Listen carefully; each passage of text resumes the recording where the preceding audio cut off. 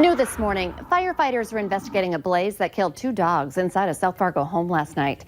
Firefighters responded to the fire in the 1700 block of 20th Avenue South right around 9 last night. Officials found a duplex filled with thick black smoke, but no fire. They say the homeowner came back from work to find the fire and attempted to save his dogs. Firefighters tried to revive the pets, but were unsuccessful. It's believed the fire burned itself out. Governor Tim Walz is among 7 Midwestern governors to form a regional pact that will coordinate when to reopen their respective economies. Similar pacts were made earlier this week in the Northeast and also on the West Coast.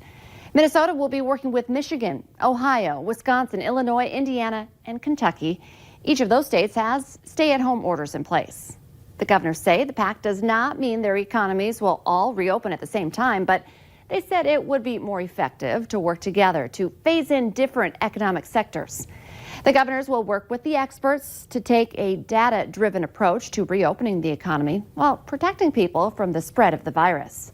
Governors in other Midwest states surrounding Minnesota, like the Dakotas and Iowa, have not issued such orders and were not part of Thursday's agreement. Meanwhile, protesters will be outside the governor's home in St. Paul again today to urge him to end the stay-at-home order. The group says that they believe the governor's order is unwarranted and that models that influenced his decision are grossly inaccurate. The group also wants to highlight that Minnesotans are suffering from financial pressures as well as upticks in domestic violence and depression. They say the state should be able to go back to work and fight the coronavirus responsibly. The governor says there needs to be a major increase in testing before the state can reopen. Minnesota, meanwhile, is reporting a big jump in COVID-19 cases, with 103 new cases reported. This brings the total now to 1,912. The death toll increased by 7 for a total now of 94 people. 213 people are in the hospital. 103 of them are in the ICU. But the good news is more than half of the total cases have now recovered. The state lists 1,020 people as recovered. 28 more people tested positive with COVID-19 in North Dakota. That's compared with the day before. 13 of those cases were people under the age of 40. 21 people have recovered. The state's death toll remains at 9. It's about 8 minutes before 7 now. Time to get a check of that First Alert Storm Team forecast as we are moving into the weekend. Good morning, Lisa. Good morning. We're looking at some good weather heading into the weekend. A couple of rounds of a little bit of light rain, but the fact that we're talking about rain means a warm up, and that has started. We're looking outside right now on our First Alert Storm Team Skycam in Fargo. Looking off to the east, you can see there's a sliver of clear skies where we're seeing that sunshine trying to break through, but there are some clouds overhead, and with that, the potential for a few flakes as well that we're keeping an eye out for. Here's a look at our conditions out there right now. 29 degrees in Fargo, it's 23 in Grand Forks. Fergus Falls, Bemidji, all at 23 degrees. Devil's Lake is at 28. Grand Forks hanging on to some sunshine, but a lot of us seeing some clouds moving through this morning. And here's a look at that radar satellite map showing right in the heart of the valley some areas of cloud cover that may contain some snow. So be aware you might have another round of it moving through this morning. Just one last parting shot before we do start to warm up. We've got the wind coming in out of the southwest. It's light. Once it really starts to kick in, we'll see those temperatures really start to soar. So your backyard forecast today, we actually have a good forecast for hanging out in your backyard. You'll still need to wear that coat. Temperatures are going to be in the 40s to about 50, and we'll see some mostly sunny skies by the afternoon. But factoring in that wind, it'll be a little breezy. We're looking at some wind speeds into the teens, 20s, and even especially out west, 30s. So you'll need to bundle up to fire up that grill a little bit more. And with that wind, anything like paper plates or napkins might go flying, so you'll have to hold on to those too. But overall, looking much, much better with that 50 degrees showing up in our forecast for today. And continuing into the weekend, we've got a couple of rounds of very light rain overnight tonight and into Saturday morning. We may get a break, especially in the south during the day on Saturday. And then perhaps another quick bout of some sprinkles to some light showers into the nighttime hours. But look at those temperatures. Each day for the next 7 days, we're at least going to reach 50, and there may be a day, maybe 2 days, where we see that 60+ degree mark. So looking at some better weather. Looks great. Thank you, Lisa. LM Wind Power and the city of Grand Forks are doing what they can to contain an outbreak of COVID-19 after multiple employees tested positive earlier this week. The plant is closed for cleaning, and a drive-through testing site popped up yesterday, asking those who may have been exposed to the virus to get tested. According to the city of Grand Forks, 424 people got tested. The North Dakota National Guard was also on scene assisting with the effort. They say they're also collecting samples from employees who are not showing symptoms for research purposes. That will help our scientists make some determinations on how much more testing we do and other places that we may look at to do additional testing throughout the state. All these tests will go to the North Dakota State Medical Lab in Bismarck, with results being available in about 72 hours. LM Wind Power's parent company, GE, says its #1 priority is employee safety.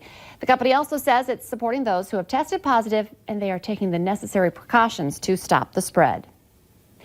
Your next encounter with Fargo police will have a new twist thanks to the coronavirus. This week, officers started wearing face masks, glasses, and gloves when interacting with the public. Emergency dispatchers are also asking callers about anyone with COVID-19 symptoms who first responders will be dealing with.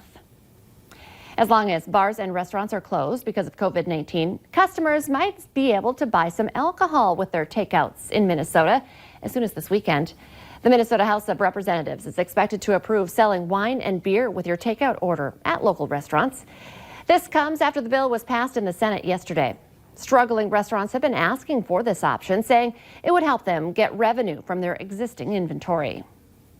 This bill today is really a jobs bill. It's a bill that will protect the remaining jobs that we have in the restaurant and industry, but also hopefully provide an avenue to hire back some of the lost jobs. The governor has said he will sign it immediately. That means people could buy bottled beer and wine, but not cocktails, as soon as this weekend. And a reminder, this is for takeout, not delivery. No matter what your age is, birthdays are meant to be celebrated. But of course, due to the times we're living in now, because of COVID-19, many spring birthdays are being put on hold. But the Valley Today's Abby Fortuner sat down with a family who decided they were still going to make the most of it. Good morning, Abby. Good morning, Lisa. Birthday parades are becoming the new big way of celebrating spring birthdays, and one local mother wanted to make sure that her kids' birthdays this year were memorable, even if it was from a distance. You know, she was really looking forward to having a big birthday party. It was her first friend's birthday party. Holly had her daughter Cameron's birthday all planned out, but what was going to be a big birthday celebration was cut short due to the coronavirus. But instead of letting it ruin their plans, she decided to think outside of the box. So I posted on my Facebook and was looking for ideas of how to make it special. And one of my friends, teacher friends, said, you know, hey, this is a good idea. You should try this parade. Say yay! Say wave! Holly posted on her Facebook page about the idea on the evening of March 24th. And on Cameron's birthday, March 25th, she got the best surprise, a parade in honor of her. Between my friends and family and coworkers, and I'm a student council advisor, and I had student council kids and her preschool teachers and friends, and it was a really good turnout, and I was really overwhelmed with the response. But if you think that's all, Holly also had to plan for her son's 16th birthday on April 13th. To make it the sweetest 16th, Caden was surprised with this video. Keep playing drums, man. Have an awesome 16th birthday. It is a special birthday. All right, man, take care. A mom making the best out of an uncertain situation.